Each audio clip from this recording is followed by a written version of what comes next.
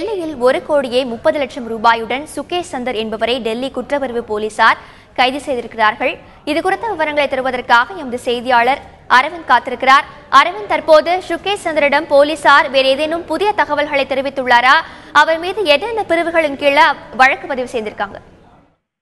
அதாவது இரட்டை இலச்சினம் தொடர்பாக இந்திய தேர்தல் ஆணைய அதிகாரிகளுக்கு லஞ்சம் கொடுக்க முயன்றதாக கூறி டெல்லி இன்டர்ஸ்டேட் செல் கிரைம் பிரான்ச் அதிகாரிகள் சுகேஷ் சந்திரா என்பவரை ஹயாத் ஹோட்டலில் இருந்து கைது செய்துள்ளனர். அவரிடமிருந்து 1,30,00,000 ரூபாய் பணத்தையும் அவர்கள் பறிமுதல் செய்துள்ளனர். அதே போல 2 ஹை அண்ட் கார்களையும் அவர்கள் பறிமுதல் செய்துள்ளனர். தற்போது சுகேஷ் சந்திராவிடம் சாணக்கியபுரியில் உள்ள இன்டர்ஸ்டேட் செல் கிரைம் பிரான்ச் அலுவலகத்தில் ஏடிஜிபி தலைமையில் விசாரணை நடத்தப்பட்டு வருகிறது. இந்நிலையில் அவரிடம் நடத்தப்பட்ட முதற்கட்ட விசாரணையின் அடிப்படையில் எஃப்ஐஆர் பதிவு செய்யப்பட்டுள்ளது. இந்த எஃப்ஐஆரில் 2 முக்கிய பிரிவுகளின் கீழ் தற்போது வரை எஃப்ஐஆர் பதிவு செய்யப்பட்டுள்ளது. ஒன்று prevention of corruption act section 8, அதே போல 120B கிரிமினல் கான்ஸ்பிரசி, அதாவது கூட்டு சதி. இந்த 2 பிரிவுகளின் கீழ் தற்போது வரை எஃப்ஐஆர் பதிவு செய்யப்பட்டுள்ளது.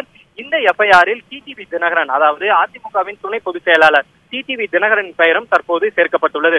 இந்நிலையில் அவரிடம் தற்போது தொடர்ந்து விசாரணை நடத்தப்பட்டு வருகிறது. தற்போது அவரிடம் நடத்தப்பட்ட விசாரணையின் அடிப்படையில் ஒரு ஓய்வு பெற்ற ஐஏஎஸ் அதிகாரி, அதாவது தமிழக அரசில் இருந்து ஓய்வு பெற்ற ஒரு ஐஏஎஸ் அதிகாரியின் பெயரையும் அவர் கூறியிருப்பதாக தகவல் வெளியாகியுள்ளது. இந்நிலையில் அந்த ஓய்வு பெற்ற ஐஏஎஸ் அதிகாரியை தற்போது வரை இவர்கள் விசாரணைக்காக அழைக்கவில்லை. தற்போது இவரிடம் தொடர்ந்து விசாரணை நடத்தப்பட்டு வருகிறது. இந்த விசாரணையின் முடிவிலேயே வேறு யாரையெல்லாம் அழைப்பது என்பது தொடர்பான முடிவு எடுக்கப்பட இருப்பதாக தகவல் வெளியாகியுள்ளது. இந்நிலையில் தற்போது ஒரு தகவல் வெளியாகியுள்ளது. அதாவது நாளை காலை டெல்லி கிரைம் பிரான்ச் காவல்துறையினர் சென்னை வர இருப்பதாகவும் டிடிவி தினகரனிடம், அதாவது அதிமுகவின் துணை பொதுச் செயலாளர் டிடிவி தினகரனிடம் இது தொடர்பான ஒரு சம்மனை அவர்கள் நேரடியாக வழங்க இருப்பதாகவும் தற்போது தகவல் வெளியாகியுள்ளது. இந்நிலையில் அது இன்னும் உறுதிப்படுத்தப்படவில்லை. தற்போது தொடர்ந்து விசாரணை நடத்தப்பட்டு வருகிறது. அரவிந்த், இப்போ ஒருவேளை அவர்கள் சென்னைக்கு வந்து விசாரணை மேற்கொண்டால் யார் யாரிடம் விசாரணை நடத்துவார்கள்? மேலும் எந்த மாதிரியான விசாரணை நடத்தப்படும்? அரவிந்த், தற்போது எஃப்ஐஆரின் அடிப்படையில் A1 சுகேஷ் சந்திரசேகர் யாருடைய பெயரை எல்லாம் முன்வைக்கிறார்களோ அதன் அடிப்படையில அடுத்தடுத்த கட்ட விசாரணை நகர இருக்கிறது.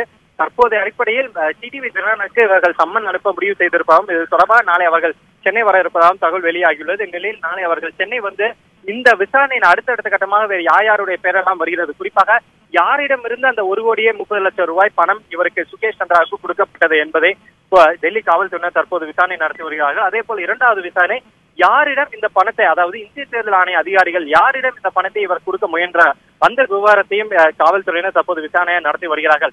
இந்த விசாரணையின் அடுத்த கட்டத்திலே குறிப்பாக இந்த விசாரணையின் இவரிடம் பெறப்படும் ஸ்டேட்மெண்டை தொடர்ந்தே வேறு யாரெல்லாம் விசாரணைக்கு அழைப்பது என்பது தொடர்பாக முடிவெடுக்கப்பட உள்ளது. தற்போதைய நிலையில் சுகேஷ் சந்திராவிடம் மட்டுமே தற்போது விசாரணை நகர்ந்து கொண்டிருக்கிறது.